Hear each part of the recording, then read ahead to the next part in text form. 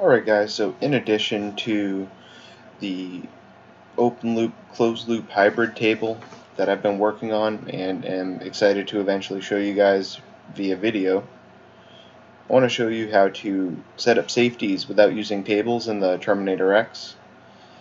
The main reason why we're doing this is because when you were racing or you're driving the car hard, you're not going to be paying attention to gauges. You should keep your eyes on the road. We all know this, blown engine's better than a wrecked car. So this main safety that I'm going to show you in the Terminator X is going to be called main safety right here. And it's going to be using a combination of the knock safety, some air-fuel ratio and pressure safeties, and a fuel pressure to boost table, which is going to be completely new for a lot of you guys. So the goal of this is to protect me when I am racing and AFR or pressures go bad, or the fuel pump isn't keeping up, or knock is detected. That's optional. That requires tuning, that requires you setting up your knock sensors correctly, and honestly, it's not going to help most of you because if you detect knock and you're at 20 pounds of boost, you already hurt something. So that's optional, but I threw it in there just so you guys could kind of get an idea. So we're going to start with the main safety. So what is the main safety going to do? Like, how is this going to work without burning one of these tables, which I know a lot of people do? If you go over to the boost ICF and you go over down to where it says safety setup and switch trigger, you can set this up. So when main safety comes on, you can set up it to do nothing. You could have it revert to wastegate. You could have it ignore it. For guys that are running really big boost numbers and really, pushing their cars hard, reverting to wastegate is probably better than cutting ignition because it's not going to upset the car as much. Cutting ignition might be better for some people. It all depends on what you want to do. But best thing to do is you could set up time delays with this, but I like setting up the time delays in the IO section. So I'm going to set this to 0. And in my case, I'm going to have it revert to wastegate. Also, you can go to outputs, and you can, the pin map, and if you wanted to, you could set up an output where this will say turn on an LED light, or you can set it to the same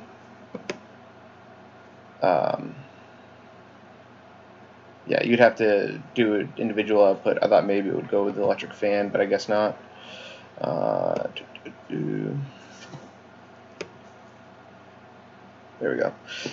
You could, if you're using a dash, you could have like an LED come up on the dash. You could have it go to a custom output, and you can use an LED or like a shift light or something like that on your dash to see it as well. So you can get out of it before you let the software take over.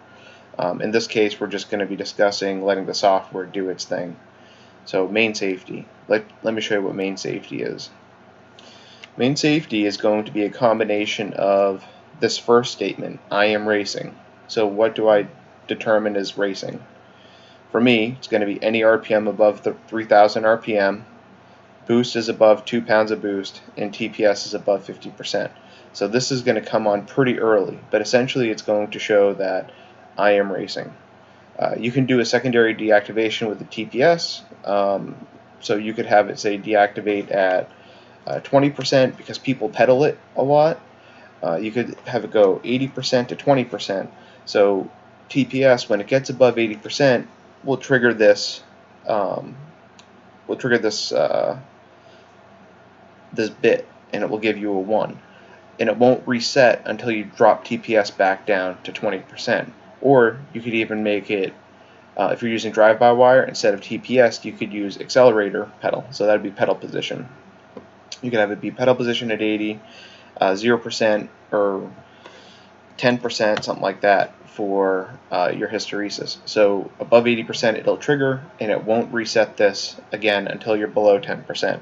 So that's going to be good for guys who are pedaling it or they're traction limited and they keep hitting this, they keep triggering this bit too early. That's just part of it. This is all customizable, obviously. You can pick and choose whatever it is that you want to do. But the main thing is we need all 3 of these to be ANDed together. So in software, you have Boolean expressions, which are and statements, or statements, and there's a few other ones, but with the Holley, we're just going to call them ands and ors. So right here where it says sensor input triggers, you have two options. You have single or all. All means and. These three statements are anded together, and these three statements I want anded together. So I want to make sure that I'm meeting all three of these criteria to turn this whole section into a 1. If any one of these is a 0, this doesn't trigger. To add to that, linked outputs, although it reads incorrectly, linked outputs means that the output that is linked is ANDed with the input trigger to create this output. And the output for this is a ground. We're not going to actually pin it to anything, but the software will still see it as being triggered. And just so you guys know, for all of these outputs, I have tons of outputs. I deleted a bunch so you couldn't see everything that I'm doing to get confused. But all of these outputs are software outputs. You can make them hardware outputs if you want, but you can also just make them software outputs. So for main safety, it's a switch, so we're just going to use a ground. And we're going to have it linked to these other three safeties. So if any one of these other three are met, knock safety, fuel pressure to boost table, or air fuel ratio and pressures, if any three of those are triggered, it will, and this, I'm in this criteria, plus one of these three, it will trigger main safety. Main safety, going back to the boost ICF, will trigger revert to wastegate. Or I can have a cut ignition. You can pick and choose. Cut ignition will drop you down. I believe Daniel Cabral says it on one of the Holley pages. Cut ignition means it'll drop you down to below 2,500 RPM, and then it acts kind of like a rev limiter. Okay, so you can use that if you want.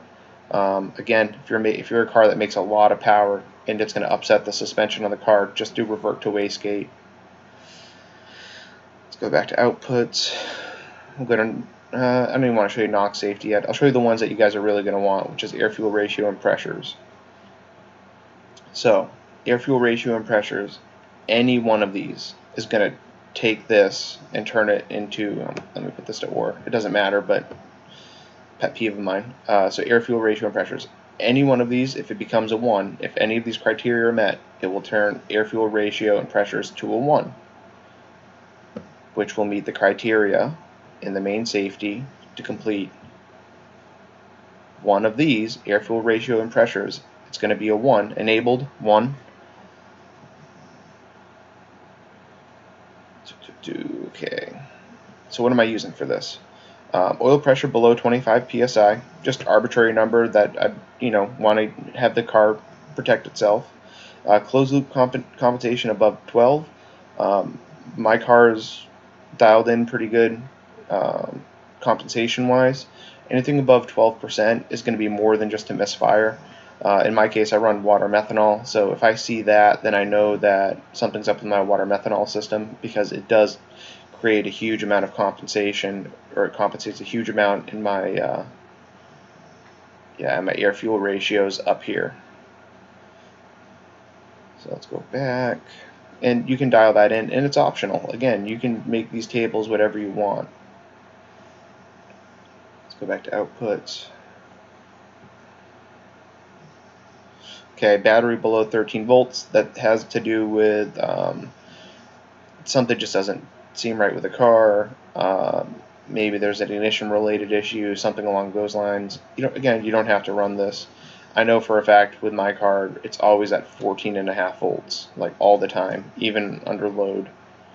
So if it drops below 13 volts for an extended period of time, I might just want it to turn off. Air fuel ratio above 12. Yeah, if I'm in boost for my truck, and for instance, normally I'm above 8 pounds. I'm usually around between 10 to 20 pounds, depending on what I'm doing that day in traction on the road. So any air fuel above 12, I definitely want to make sure it triggers this. And then the other one is the FP to boost table is below 100%, and I'll show you what that is.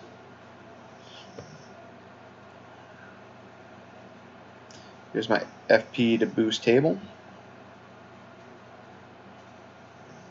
I actually have some redundant logic going on that I need to clean up.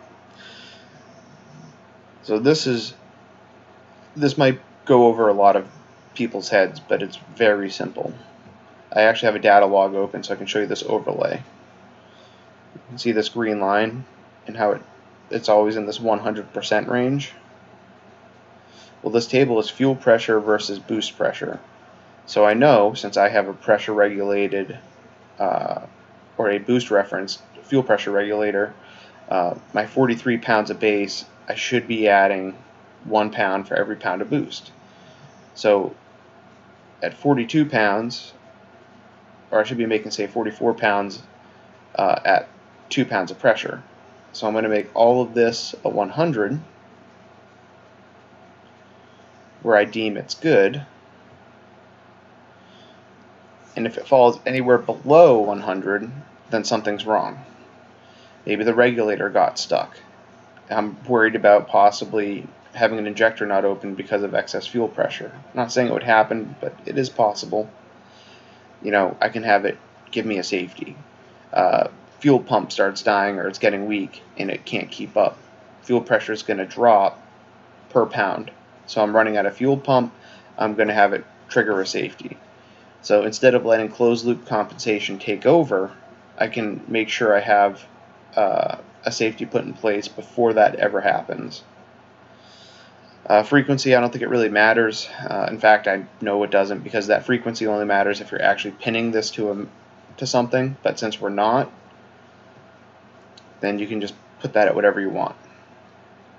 But the main thing is this is going to be creating a PWM output. So then under the main safety, see, it's a linked output that my fuel pressure to boost table is enabled. This should actually be gone. Let me make this into 2. And I'll turn this into knock safety. Okay. So that would have screwed me up right there. But over here, we have it triggering this table. Any one of these can trigger this table, or this output, the air, fuel, and pressures. So in this case, it's going to be fuel pressure to boost. If it drops below 100%, then I know something's wrong, and it's going to trigger this air, fuel, and pressures output, which will then feed back to our main safety. It'll enable it here, and it takes either one of these. Oh, didn't mean to go all the way back. Either one of these plus the condition that I am racing, which is RPM above 3000, boost above 2, pedal position above 80%, and it will deactivate again back at 10. So I'm out of it. I am done racing. I am done with the pass, whatever. Okay, so again, this is covering main safety. It will trigger when I am racing and something's wrong, but no other time will it actually trigger. And I think that's all I have to cover. Again, it's not going to do anything. You don't have to do anything over here. You don't have to set up safeties anywhere over here. You can do it just through the Boost ICF. Just remember where it is: Boost ICF, safety setup, and then main safety. The other cool thing is you can set up times. So I didn't show it over here, but you can take, say, your air fuel ratio and pressure safety. Everything over here, I'm okay with it barely touching this stuff for, say, 1/4 of a second. So I can start an activation delay for 1/4 second. So that won't enable for 1/4 second. And that's pretty much it. I think that's all I have to cover on it. But if you guys have any questions, feel free to let me know. Ask me on Facebook, whatever. Alright guys, see ya.